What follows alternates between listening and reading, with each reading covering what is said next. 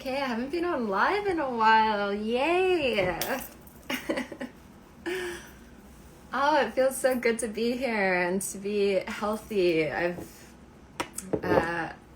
asked you guys to send in questions, and one of the first of many was asking, hi, hello everyone, welcome, was asking how I'm doing. And this is honestly the first day that I'm feeling like myself again. As you can see, this is usually where my yoga space is, but my bed's there because my back has been, aw, Enki Doodle Bear, hi. That's my doggy friend. In my yoga space, I have my bed because my back, I was in a car accident, as some of you may know from my posts a couple weeks ago, and I haven't been able to sit up like this in weeks. So I had to move my bed so it was flat against the ground because for some reason on the bed spring, it was in the bed frame, it was hurting. So that's my situation, but today I'm feeling better, and I'm dressed a little sexier than normal because it's St. Paddy's Day and I am going to socialize for the first time in weeks today. And this was the only green thing I had is lingerie, so if you're wondering, that's why I'm dressed. And happy St. Paddy's Day for anyone who celebrates it. I'm actually Irish, so my family and I are usually celebrating. Okay, so I have your questions on my little question mark here from my stories that shows what you sent me from my stories. I know I haven't been on in a while, so I'm going to be back weekly now. Oh, hello from Ireland. Is everyone celebrating there?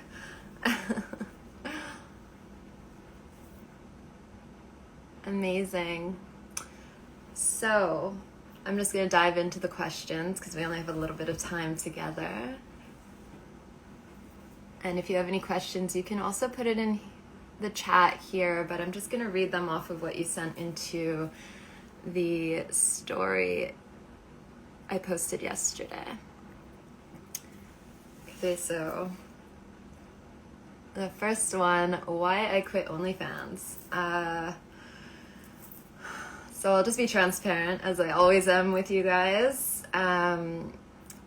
And hopefully I'm not going to get a lot of inappropriate messages on my chat this time. Please don't be inappropriate here. That's not what it's about.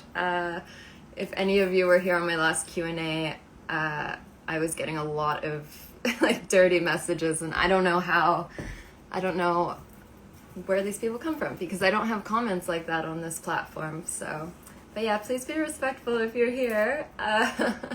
So OnlyFans, I did just quit it, and the reason for it was I'm just not gonna read them.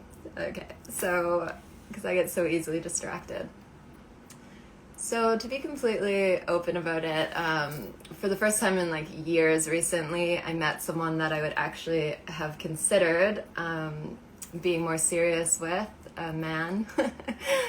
And he went onto my OnlyFans and saw like all of my content, which was fine. Like, I'm pretty open about it. Obviously I posted on here, but he expressed that he didn't feel it was in alignment with how I present myself. And like, obviously anything I do ever is for myself. So I didn't find a loving partner though.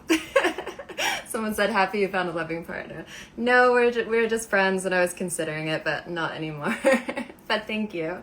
But yeah, so I just meditated on it, and that's the beautiful thing with relationships of any sort, especially deeper connections. They are mirrors to us and reflect what's going on inside of us. And for me, because I've been single for so many years, it's very rare that I have someone come into my life that can mirror what's going on inside of myself. So I'm always grateful for those situations. And so I meditated on it, and usually when I'm trying to figure out if a relationship or anything in my life, if I want to continue having it in my life, I meditate on if it's in alignment with what I want to call into my life. So what I'm calling into my life right now is abundance, really, on all levels, and growth in my career and helping more people. And also, for the first time ever, I think, I finally feel ready to call in my king, and I've never really said that with confidence before. So I am feeling ready to experience that after spending so much time on my own, traveling the world and figuring out who I was. So I meditated on it, and it just felt like if one of my coaching clients came onto my OnlyFans and purchased everything, or if, a king, like my future partner, when we meet, or the situation, like, would I want that to happen again? And I was just feeling like it wasn't in full alignment with what I want to create right now. But I absolutely love the platform. I have no judgment for it. I'm really grateful for the people that I connected with on there. It was so much fun. As you all know, I have an issue with how restricted Instagram is. And honestly, if we didn't live in this world where there was so much sexual suppression, that I would literally just be naked on Instagram and free and not even think about it. But unfortunately, that's not the world we live in, and just being mindful of that. So I did get rid of it the other day. Thank you everyone for the love. Yes. Honestly, today my vibration is totally different than it has been for weeks. I was stuck in bed. I was going through a little bit of a heartbreak, and also intense, like excruciating physical pain at the same time. And it was actually such a beautiful experience, because I've gone through heartbreaks before and I've gone through physical pain, but never together. And it was really it was life-changing to witness on all levels my body heal itself, and just reminded me of the miracles that we are, how miraculous our bodies are, how miraculous our hearts, our warrior hearts, how resilient they are. So yeah, it's been intense. Oh, thank you. Oh, so much love. Thank you guys. So I wrote down some of the questions here, so I'm not going through them. How to achieve greater self-acceptance. So it's a pretty big topic, because it's like self-love and self-acceptance, I think, go hand in hand. And the very first thing I say, and this is why I created a 90-day self-discovery journal for the love of self, is because I think the very first step of self-acceptance is really knowing who you are, right? So because when we don't fully know who we are, we allow the world to decide who we are. And I did that a lot when I was younger. Like, I just listened to the people around me decide who I was and tell me what I would do with my life, and tell me the way to think, and tell me my self-worth. It was finally like, sorry, I'm reading. Okay. Yeah, so it got to the point where I had to, I knew I had to make changes in my life, so I really had to discover myself and what I wanted. And once I went through this deep discovery, which consisted of being single for a few years, because I had so much work to do around it, and a lot of journal prompts, a lot of meditation, a lot of asking myself really important questions of what I want to do with this existence here, what makes me happy. And I realized, how can I ever be in a relationship and expect to be happy if I don't know how to make my own self happy and I don't really know what I want? So self-discovery, first of all, is so important. Sitting in the mirror, looking in your own eyes, asking yourself these questions. So really just being with the self. And I always say that pretty much any question I receive can be answered with sit with yourself. Go into nature and sit with yourself. But really, to accept and to love yourself, you need to prioritize yourself, and you need to know what you want. You need to know who you are. And then you show up in the world like, this is who I am. If you have a problem with it, it doesn't affect me at all. If you tell me, that I'm worth nothing, or say something like, on this internet world, there's all kinds of things like it's at the point where I don't even think twice about any message I get because I know exactly who I am. So no outside factor can affect that. So I think that's the main part of self-acceptance. So I'm getting a lot of questions about my heartbreak, and honestly it was just a little one, but I have such a big sensitive heart. Like I thought that the more work I did in my life, it would get easier, but it actually doesn't for me. And now I know that I just have a huge heart and it's sensitive, and rather than thinking that it's going to get easier, I just have to be a lot more discerning and careful with who I allow in it. And I really do try to, but every experience, it just it works my muscle of discernment and being patient, taking your time. And I actually, some of you are asking how I get over heartbreak, and I actually have a YouTube video about it because I've had a few in my life. Aww.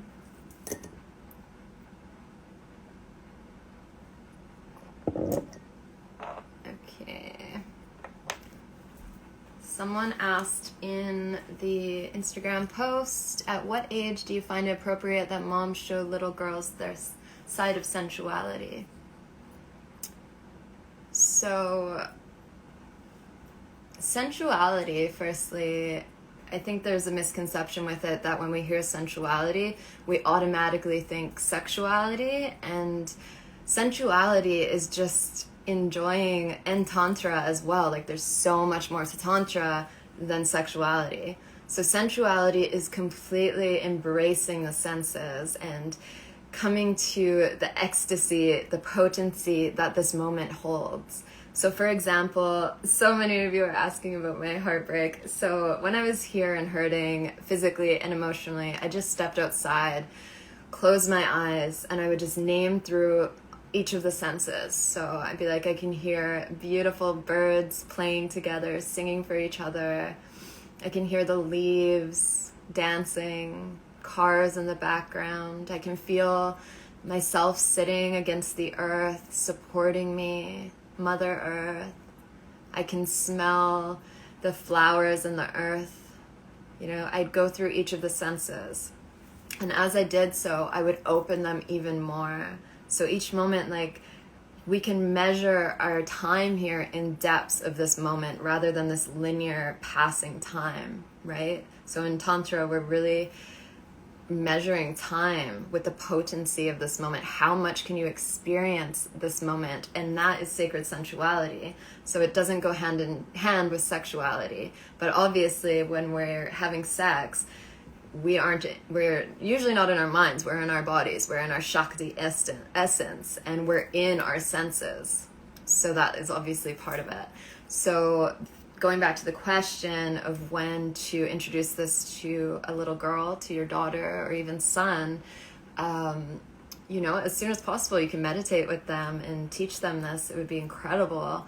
I pray that our new generations are learning the things that we've learned so that they don't have to do all this unlearning that we currently are in our adult lives.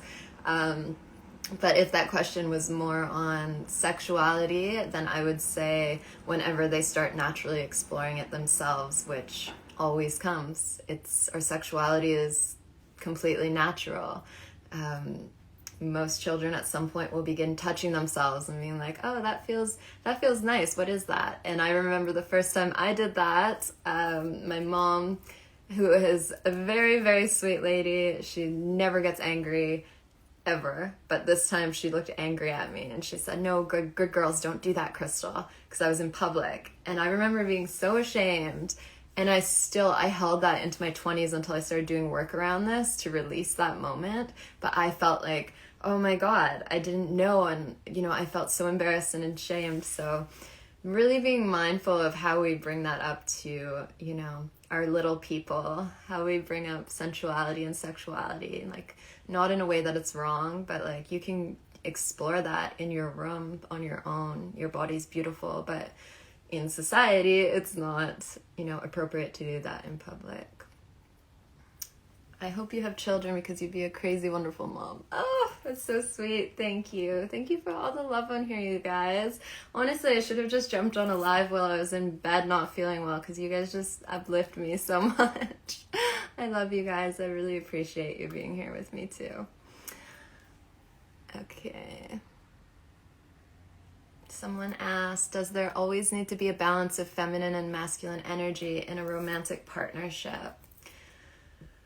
So it's really fun with like learning about the masculine and feminine energies within yourself and others, because once you can identify it, then you can learn, like you can see where it's in your life. So when I'm working, for example, I know when I'm in my masculine or when I'm in my feminine. And sometimes I'm like, oh, I'm definitely in my feminine right now, or oh, I'm in my masculine. And it's just a dance, like neither is right or wrong.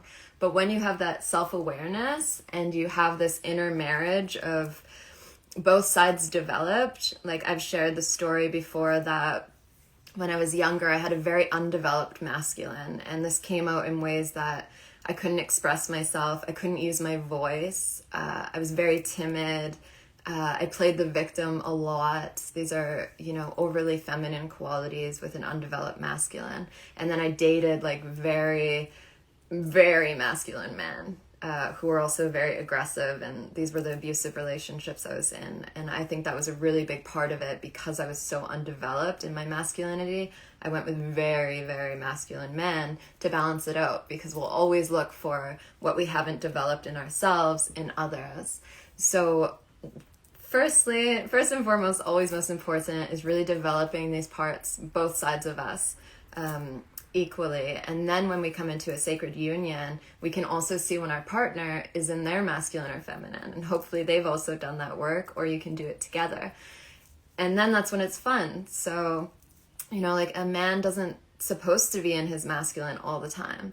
So if I can feel like my man is in his feminine today, then that's me. I can come into my masculine a bit, and I can hold him, and I can hold space for him. Maybe he needs to be emotionally expressive or vulnerable with me.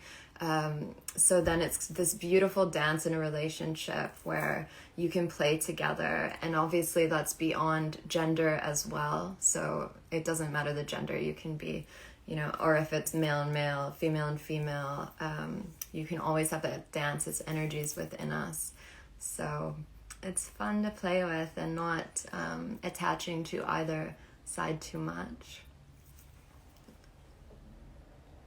Okay. I'm reading your book this month. Thank you. Oh, thank you. Amazing. I hope you love it. Okay, someone said, hey, I know some of your background is in yoga, but I'm asking as a lot of what you say. Oh, sorry, did you ask another question? Or is that what you were asking? Oops. I think that's the question. What you're saying is more empathetic or psychic. And that's funny because that you say that, because I recently have had 2 psychics tell me that I should explore my psychic powers, which I really haven't tapped into. But half of my family are psychics, and I've just never went into that. But I've been having very strong visions and dreams lately that I'm supposed to. There's a lot of philosophical content to what you're saying. Okay. Yeah, but I'm a very strong empath. I always have been, and I really need to protect myself in that way, which is why I spend so much time alone too. Energies of other people are very intense for me. But I do have a yoga background, a background in yoga. I studied it for years in the East. I lived in Asia for 6 years. And what I found with yoga, I absolutely love it, but it is very masculine in a way. So it's very linear, and you take these different steps. And then when you go into Tantra, it's kind of the opposite, as Tantra, like I think it's Osho says in one of his books that yoga is like this very progressive to get to this place. And Tantra is like you're sleeping and someone puts an ice bucket over your face and you're like, you're awake. And this can happen in a day. Like Tantra is very, through the senses and just throws you right into it. So I think in a way, Tantra feels a lot more feminine to me and more emotional and expressive and intuitive and empathetic. So I feel that's probably why my energy is this way. Okay.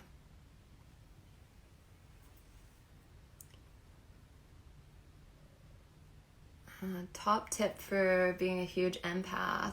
You know what? I'm still trying to figure it out because I feel the more I open my senses and the more tantric work I do, it's actually making me more sensitive to the world. So what I'm doing is using sacred mantras for protection, and I'm just envisioning this light around me all the time, and I'm saying, like, telling myself, nothing can touch me but love. Nothing can touch me but love. And holding that and always coming back to the heart space, and just envisioning this light. So I envision this light like I'm a lighthouse, so I can spread my light out to the world, but I don't absorb other people's energies. So like visualization, mantra, meditation, coming back to earth, staying grounded, that's what I find. And of course, traveling, I've seen things that sit so heavy on my heart. And when you have like a deep faith and a deep trust in the universe, it's hard, but when you have that trust, like, that really helps too. So surrender and trust, that is my other daily affirmations I'm telling myself, and just trusting that there is a bigger point to all of this, to all of our suffering. And even knowing when we suffer, like, I just went through the most physical pain I've ever experienced in my life. Like, I almost passed out at times. And then plus just a lot of emotional stuff at the same time. When those waves of pain and suffering came to me, I was challenging myself as a Tantra teacher. I'm like, can I find joy in this pain? And when it came, like, it came in waves, so I'd almost pass out. I was not trying to be on painkillers at all or anything. I would welcome it, like, yes, I'm alive, thank you, I'm alive, and like, I feel absolutely insane doing this, but I actually got to the point where I was laughing. I'm like, I'm fucking crazy. Like, what is wrong with me? But, you know, sometimes, like, this life is crazy, this existence is crazy. Like, what are we doing here? We don't even know. Why are we suffering? We don't really know. Like, no one has the answers. It's crazy. So we don't have to take any of this too seriously, even our suffering. Like, we can actually laugh at it. And coming from firsthand experience, it is possible. The first couple of times I'm like, this isn't gonna work, this is weird. But honestly, it got to the point where I just laugh. I'm like, it's just a reminder, a really hard, painful reminder that I'm alive. Like, I could have died in that accident. So even though it fucking hurts at the time, and even though, you know, going through a heartbreak or going through emotional suffering or grief, like, it sucks, but it's also like, this is part of this experience. Can I fall in love with it? Even just a little. Even if I've been taught that this suffering and this grief is meant to be painful and horrible and I'm not supposed to enjoy it, can I flip this script, this internal script, and love it and welcome it and say, yes, I'm fucking alive, even though it hurts, right? Like, it's possible. So opening to the bliss, like, our nature, our essence is bliss. So we can always come back to it. It's our choice. So that helps me as well, knowing that, you know, there's a lot of people in history who have been tortured and suffered, like, who have undergone the worst things you could imagine happening to a human. And they've written books after, and they've helped people from it. And many of them don't even, you know, they don't wish that things were different because of what came from it. And because it taught them that at the end of the day, like, all this can be taken from us. Every single thing. We don't know what's coming.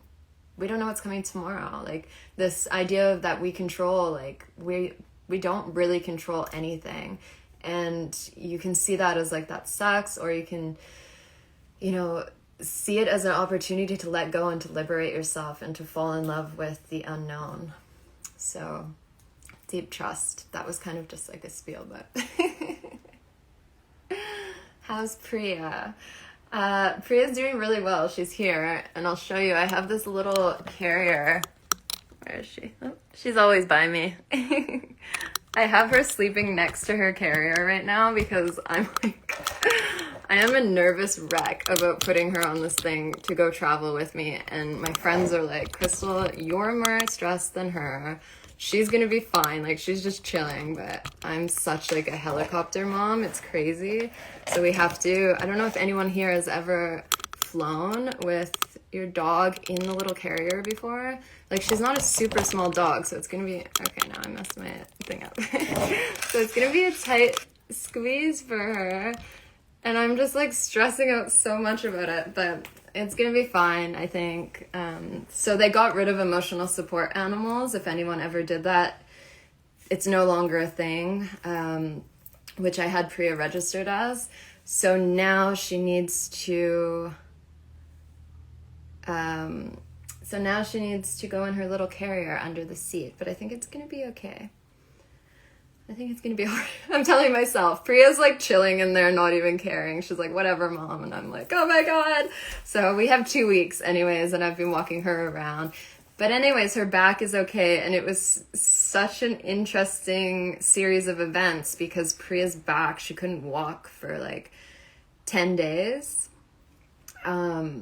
This has happened one time before, so it's her back, and I was really scared she might need surgery, and she, we're in and out of the vet. And then the day after she healed and was able, started walking, I was in my car accident and I couldn't walk. So me and Priya have spent 3 or 4 weeks pretty much in bed together, just healing and always bonding. I never knew that I could bond this deeply with an animal before. I swear we read each other's minds now. She knows what I'm thinking, vice versa. So yeah, we're both doing well though. We've healed, and it's been an interesting season. But we're off to Costa Rica soon, and I think it's gonna be a new vibration for us. California has been very cold, actually. I don't know if this is normal here, but for the 6 months I've been here, I haven't had one bikini beach day, which is crazy. And I moved here with all my summer clothes, thinking that we were going to be at the beach every day. And it's been a Canadian winter. I don't know if you know Celsius, it's 10 degrees, which is crazy. So we're off to the tropics anyways. Hello, my loves. Okay, I have more here. So someone asked, do you think the use of sex toys is unspiritual? So personally, and this is just me, just what I prefer, I've never used sex toys. Actually, that's not true. I do to explore in relationships, but on my own, because I've been single so long, I feel like I never have because it's been a while. But I just don't personally, because I feel, and again, this is just my personal preference, I feel that when, our fingers are extensions of our hearts. So many of my practices, if you've done practices with me, I'm saying to touch yourself, through your fingers, and sending love to every part of your body, because it's extensions of our heart. The heart chakra is the only chakra that also goes horizontal. So when you're touching yourself and pleasing yourself, I feel like that's really connecting different energy centers. And I just have a specific way that I do it. So I've never wanted to put an object between that connection. This is kind of the same perspective as in some cultures they eat with their hands, because their energy is touching that food and you're feeling it more, and then you're putting it in your mouth rather than putting a fork in between it. But I know a lot of women who use crystal wands and receive the healing properties from that and use it in a way that is very healing for them, especially if they've had sexual trauma. So I don't think there's anything wrong with it. But yeah, that's just my personal, it's not unspiritual. Nothing is unspiritual because we're spiritual beings, right? We use spirituality as this label, but nothing we can do is unspiritual. We're literally spirits in these human suits. We're all on a spiritual path. Some may be a little bit further ahead of it than others. Some may be behind, but we're all on the same path. We're all walking each other home, right? No one's more spiritual than the next person. Someone is just a little bit ahead on the same path, and that's it. right? Like, I don't like to call myself a teacher. I'm just your sister that is a couple steps ahead of you because of my own journey, or maybe someone's ahead of me. Like, and it doesn't mean anyone is less or more spiritual. So, hi Francisco, I miss you too. 2 year, 8 months, celibate by choice. Yay. Okay, cool. I was just celibate for, on and off for a while, but now I'm actually choosing to intentionally be, because as I said, I've become more sensitive the more that I practice Tantra and more mindful of who I share my energy with, and it's been affecting me more strongly the last couple of partners I've had over the last few years. So I think it's so important. I think I'm going to write an ebook on being single, actually, because I get so many people asking about it, and yeah, I guess I'm an expert by now. Okay, someone asked, what was my journey with yoga and where I went to school? So I studied yoga all around Asia and Australia. Actually, I've taken like 5 or 6 different courses because at one time I thought that's all I was going to be. Like, I was just going to be a yoga teacher. And when I came onto Instagram and came on YouTube and online, I was just strictly going to do yoga. But then I started paying attention to what people were asking for, and it was like based around, because I'm very comfortable in my sexuality and in myself, people saw that, so they started asking more about that, and then it totally changed like the direction of everything that I teach, and it's been incredible and so rewarding for me because I'm very passionate about these topics. But at first I just thought it was just gonna be like a yoga account, and I went to so first, my passion in yoga was yin because of the healing, and I was living in Thailand and China, between Thailand and China at the time. And yin is based on a Chinese system. And I was kind of studying Chinese medicine at the time, which I absolutely love. Personally, I just resonate a little bit more with the Chinese system than the Indian, like Ayurveda. I love Ayurveda, I study it as well, but I've always felt really resonant with the Chinese system. So I started studying yin and the meridians in the body, and that's why I say that about the fingers. And I studied that in Thailand and China, and then I went to India and I took like regular yoga. Personally, I like Ashtanga, but I don't do a lot of like vinyasa. I like Ashtanga because it's set out, so you can it's like a goal that you're reaching. I like yin because of the healing, and then kundalini, I guess, would be like my passion. But honestly, the schools that I went to, like, I love them. It was a beautiful experience, but I don't really recommend them. But I do recommend, if you follow my stuff on here, Anuttara Ashram, which is in Canada, and they have their online programs now. Just an incredible school. Like, I explored schools all over the world, and it's really hard to find authentic. Like, they have their guru. I think he's there right now.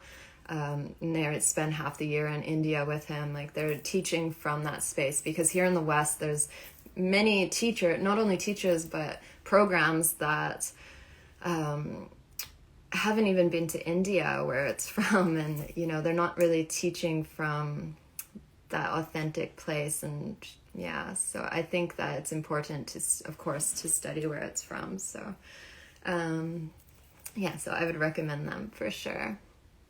Do you speak any other languages? I don't, surprisingly. That always surprises me about myself.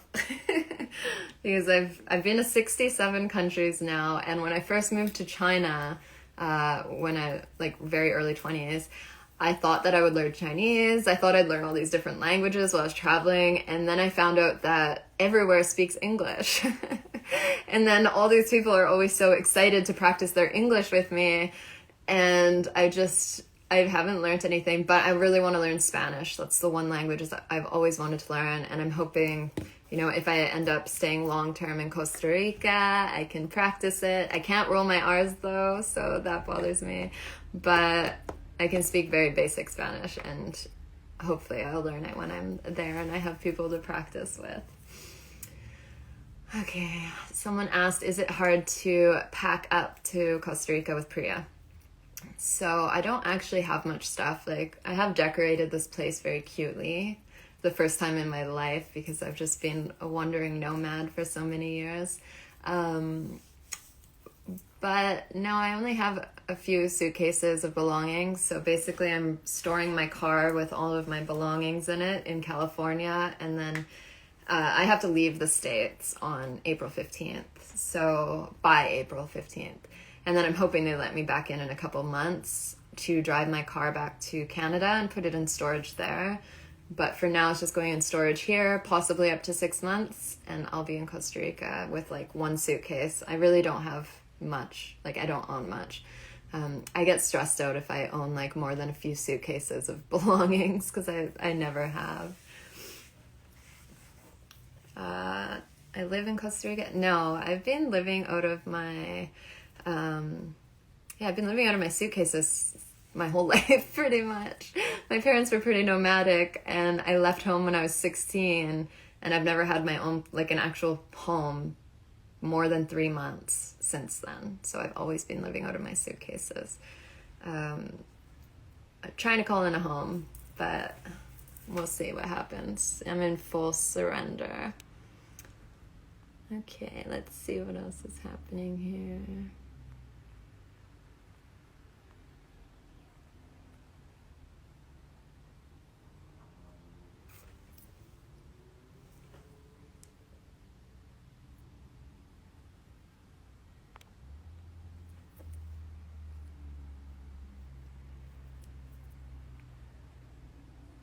Wow, so someone said, let me know if you want to chat. I'll tell you about the reoccurring nightmare you have where you can't breathe and are in a dark space. Yeah, did I post about that? Because I had really, really crazy dream the other night that really like messed with me for a while. But I actually think it was a memory of being in the womb, which is really crazy. I was like, I could hear muffled voices. I couldn't breathe. I was in the darkness. I felt really fragile, especially on my sides, and things kept like hitting me. And it was so like, I felt like I was going to be there forever. And I have the most vivid, like realistic dreams. Sometimes they feel more real than this reality. And it was horrifying, honestly. And I finally remembered that I was dreaming, and my consciousness was like, wake yourself up. And then I woke up and I was like traumatized a bit after it. But then it reminded me, like, we've been through so much darkness, and like we're born from darkness. We're born from like this really scary space inside of a womb where we don't know what's happening. We come out kicking and screaming, and we come out probably pretty terrified, like traumatized. A lot of us have our umbilical cords cut, which is like our life essence to our mother. Our life force cut, like that's traumatizing for a lot of us, and that stays with us into adulthood. So we have like our life force, and there's all these people like being born into this world right now is terrifying, and we don't really like think about it, but this memory reminded me of it. And like it reminds me that even though times get like so dark and it feels like you can't make it through it, remembering that you went through that, even like that's your first accomplishment in this lifetime, being birthed into this world. Like, that's actually, besides how miraculous it is and how rare, like, you made it through that. So we can make it through a lot. Like, and then we come into this world that, like, puts all this conditioning on us that makes us forget how incredible we are, how miraculous we are, how uniquely perfect we are. So. Sorry, I have my computer here. Do you have Sagittarius dominant in your chart? I have Sagittarius rising, and I'm learning more astrology now because I feel called to it recently. Oh, this is a good question. What is taking photos of ourselves and posting them part of our ego? How do you view this concept? So people ask me this often, and then I'll also have the odd troll, I guess we call them now, that comes on and is like, oh, you're so,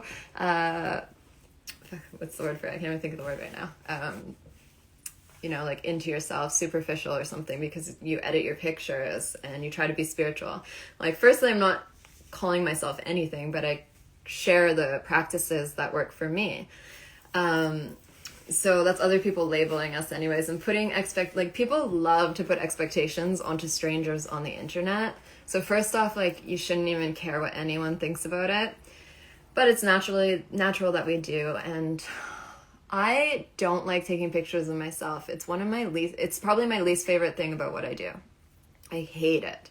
Like, I swear, I don't get angry, but I swear at my camera sometimes. Like, I just don't like taking pictures of myself, but I love editing. Like, I play my music and I play with the colors, and, you know, I think it's so fun and artistic that you can change, like, a picture, whether it's of yourself or something else. Like, obviously I'm not changing, like, big things, but the colors and making it look more attractive. Like, why? I don't think that's, and like, everything we do is in, like, many things that have to do with the way that we look, and our identity is in the ego. The thing is, the ego isn't a negative thing.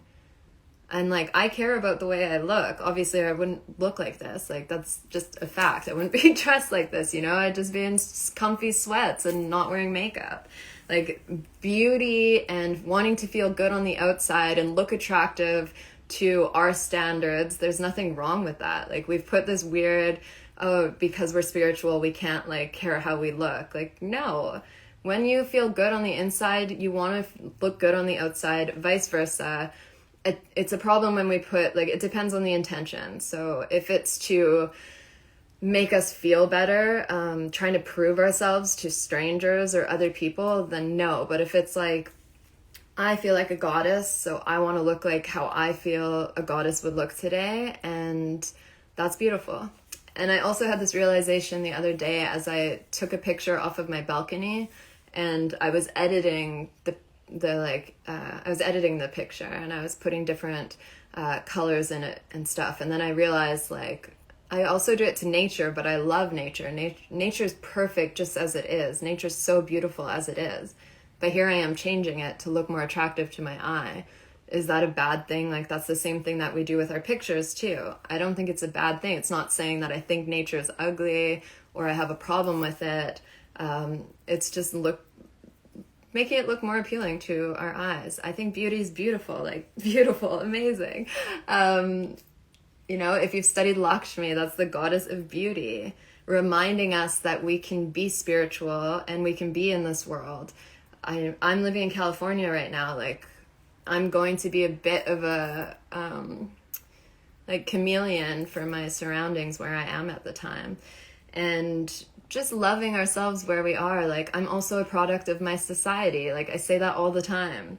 I'm not beyond insecurities. I'm not beyond, you know, getting scared when I see myself aging. I'm not beyond like, wanting to look a certain way, but I'm also constantly checking in with myself every day, looking at my reflection in my mirror, looking in my eyes, like, you're beautiful exactly how you are. You don't need these things, but if you want to, then play with it. Like, this life doesn't need to be taken so seriously. Like, play with it. The way we express ourselves, the way that we look is just, it's another form of art. It's another form of expression. When done from a healthy place of self-love. So I think you're just enhancing the quality for a virtual platform. Yeah, like, it looks nice. Honestly, sometimes now I see, like, people's accounts that don't edit their pictures. I'm like, I just want to edit this. So maybe it's a little excessive, but it also just looks like, it does look easier on the eyes when we've changed a few things. Okay, so someone asked, when did you have your first spiritual awakening? If so, was it spontaneous or were you on an ascension path?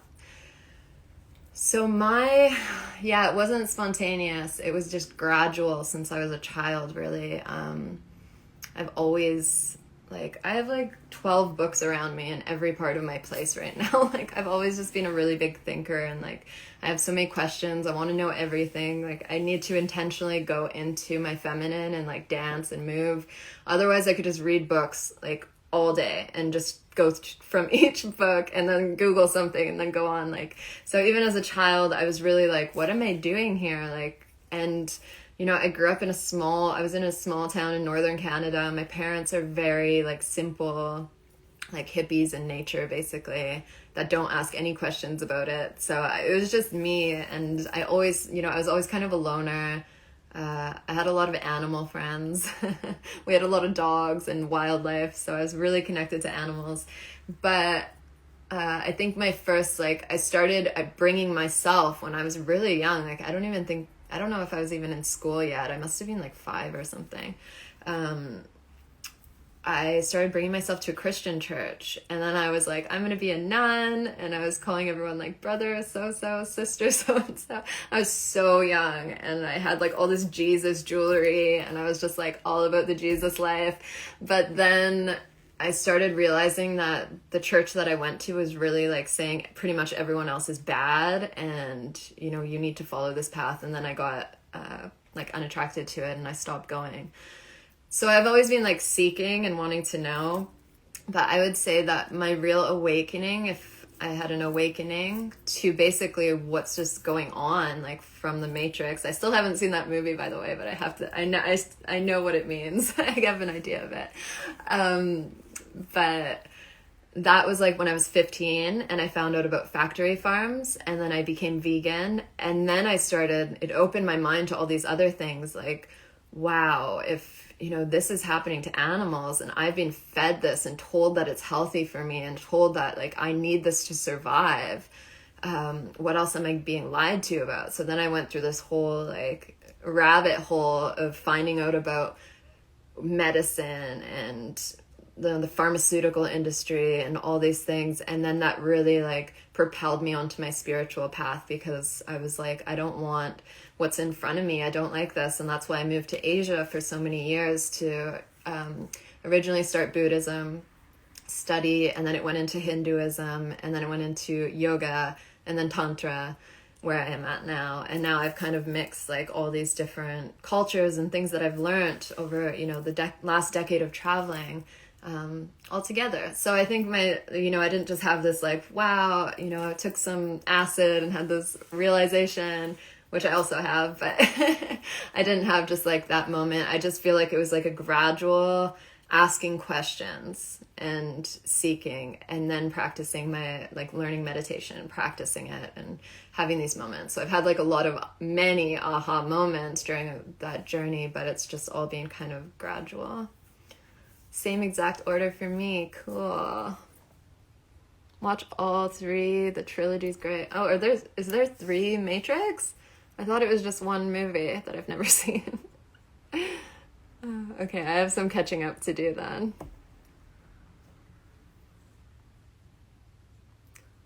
Okay.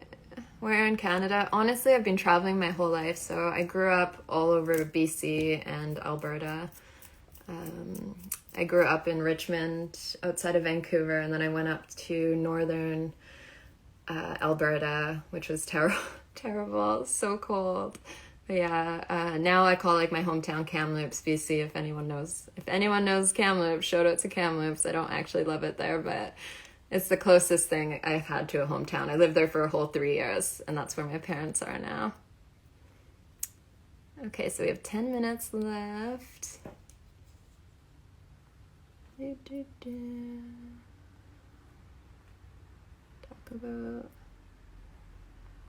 you talk about psychedelics? I do have some videos on my YouTube about it, but it's kind of a big topic now.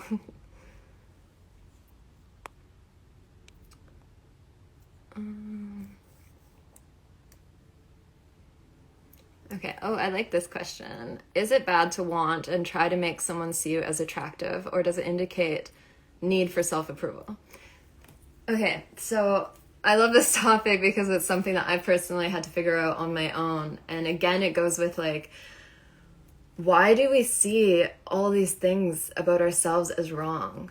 Like, we put all the like, oh, she wants to be beautiful, she's not spiritual or whatever. Like, why do we shame all of these things? It's totally natural to want approval. Like, that's something that is natural in every single human. Like, we want to be a part of the tribe. We want to be accepted. So I actually had a lot of healing when I discovered my human design and dived a bit deeply into that. I would really recommend everyone to look yours up, because I have this, I need, like, say in a romantic relationship, I need a lot of like attention and love, and I want to feel wanted. Like, that's what turns me on, is like feeling very wanted and worshipped. Like, I want someone to worship me. And there's all this like shame around like, oh, is it my need for self-approval? But I'm in a very like self-loving space now, and I have been for years. And then I'm like, is it, is it wrong that I still have this? Or, but even like here on a platform, like, why do we have to lie about it? We want likes, we want attention, we post these beautiful pictures because, like, I'm not gonna say I'm beyond that. It feels good. Like, we should all be admiring one another and inspiring one another. Like, there's nothing shameful about that. So my human design is that I need to be recognized. And that's like the main thing, because I'm a projector. And we need to be recognized for like what we do. So for me, of course, that makes sense that the work I do, I'm constantly recognized by all you beautiful people. And I absolutely love it. Does that mean that I don't have, enough self-love and I'm hoping like I need validation from people? No, it just means that I put a lot of work and energy into what I do, and I take good care of myself, physically. I do, like, my career is my life, so being recognized to that means the world to me. So it's not like, oh, if I don't get recognized, that doesn't mean it's not good. But no, it's like, yes, I'm on the right path. That's like, it's validating. So that's not like, we don't need to be like, oh no, I'm seeking validation. Like, it's good to be validated. Obviously, again, it's like checking in where you are, and that it's coming from a place of self-love. And that's the first thing always. So, wanting someone to be attracted to us is completely normal. I think it's good, and people should be attracted to you. They should make you feel beautiful or handsome or amazing. If you're with someone, they should worship you. You should worship them. Like, we should be expressive to one another and just make each other feel good in every way.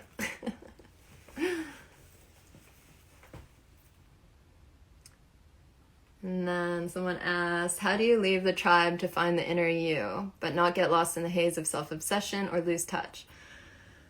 I think, like, the main thing, you just leave, first of all. Like, I just booked a flight to Asia and left. But just prioritizing yourself. Like, I need space on my own, and that's the first priority. Learning to say no and not apologizing for it. Like, hey, do you want to go out? Like, no, I'm not into that today. So, but wait, what was the other question? Oh, self-obsession or lose touch. Just be in nature. Like, honestly, if I feel out of touch with anything, I just sit back, meditate in nature, and everything. Like, I remember everything. I remember my purpose here. I remember my connection to everyone, to everything. Like, I don't need to be around people. When I go into nature, I remember that I'm connected to all of them. I can't actually ever be alone.